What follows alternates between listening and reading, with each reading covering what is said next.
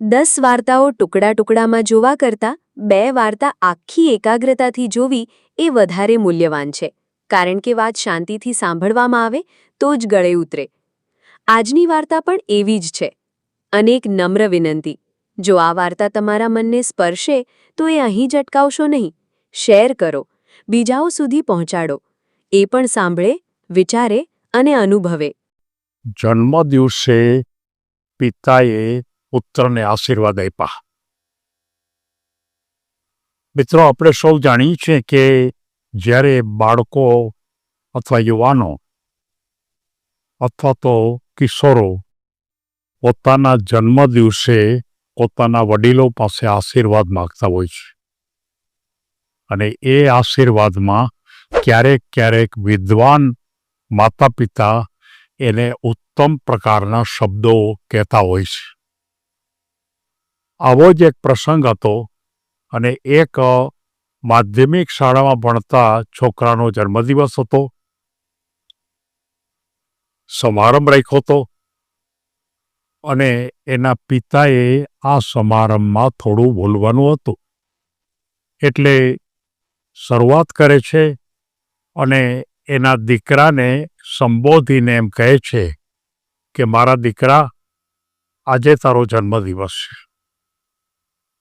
મારે તને 5 બાબતો કહેવી છે. એમાંની પહેલી બાબત એ છે કે તું તારા જીવનમાં શ્રેષ્ઠ ખોરાક જમજે. એનો દીકરો સાંભળતો જ તો. પછી એને બીજી વાત કરી કે તું જ્યારે રાતના ઊંઘવા જા ત્યારે તારી ઊંઘ ઘસઘસાટ હોવી જોઈએ. દીકરો આ પોતાની રીતે આ પાડતો હતો.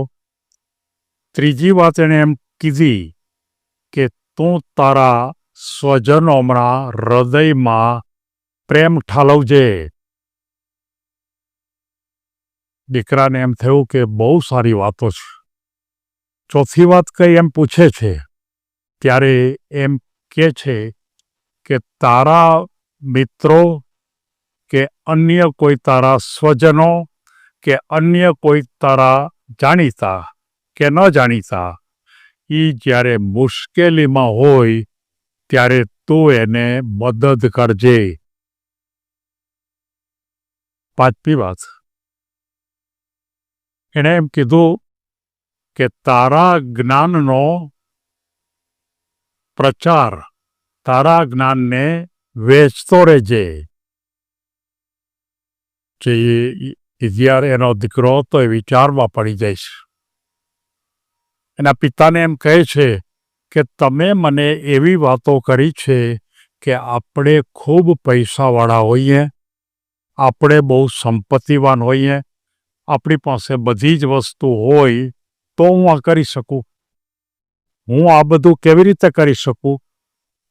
એટલે એના પિતા એમ કહે છે કે તારે સમજવામાં ફેર થાય છે. મારે તને એમ સમજવું છે કે તું શ્રેષ્ઠ જમજે. એનો અર્થ એમ કર્યો કે તું બહુ મોટું અને ઊંચું જમજે, વધારે ખર્ચાળ જમજે. મેં તને શ્રેષ્ઠ જમવાનું કીધું છે.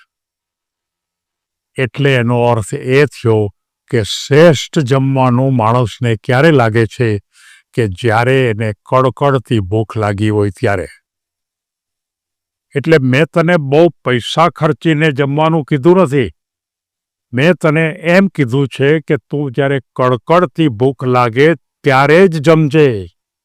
ત્યારે દીકરો કે બરોબર છે, હવે સાચી વાત.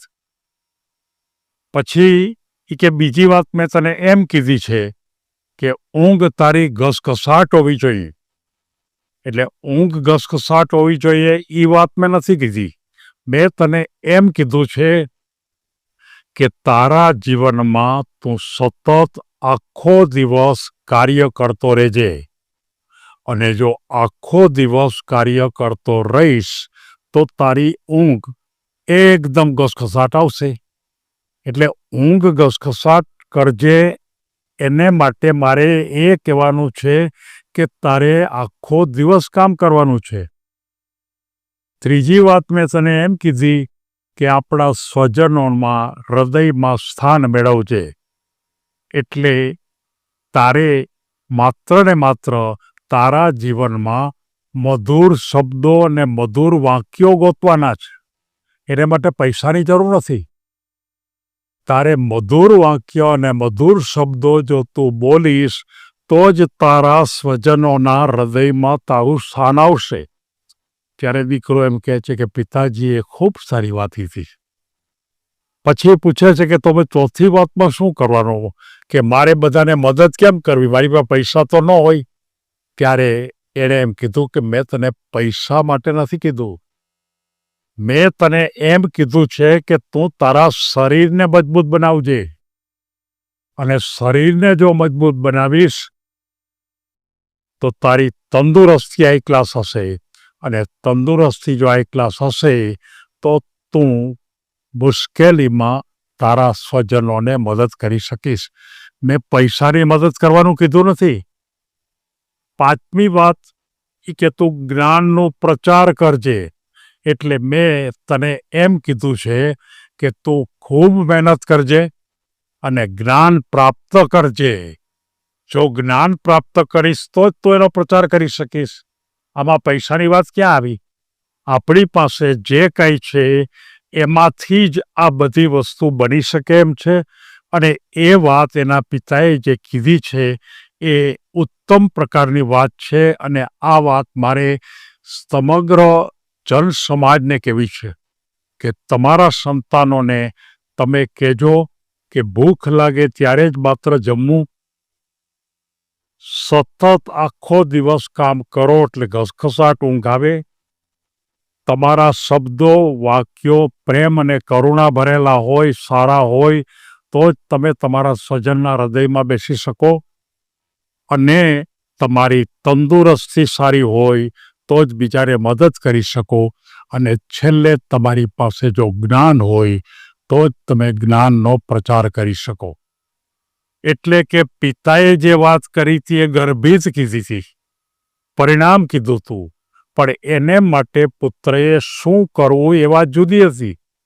અને જ્યારે પુત્રને ખબર પડી કે પિતાએ આપણને જે કીધું છે અને એ પ્રકારે જો આપણે ખરેખર કરીએ, એટલે છેલ્લે મારે ફરી એકવાર કહેવું છે કે ભૂખ લાગે ત્યારે જમજે, આખો દિવસ સતત કામ કરજે, સારા શબ્દો મધુર શબ્દોથી વાતચીત કરજે, તારી તંદુરસ્તી સારી બનાવજે અને જ્ઞાન પ્રાપ્તિ માટે સતત રીતે પ્રયત્ન કરજે.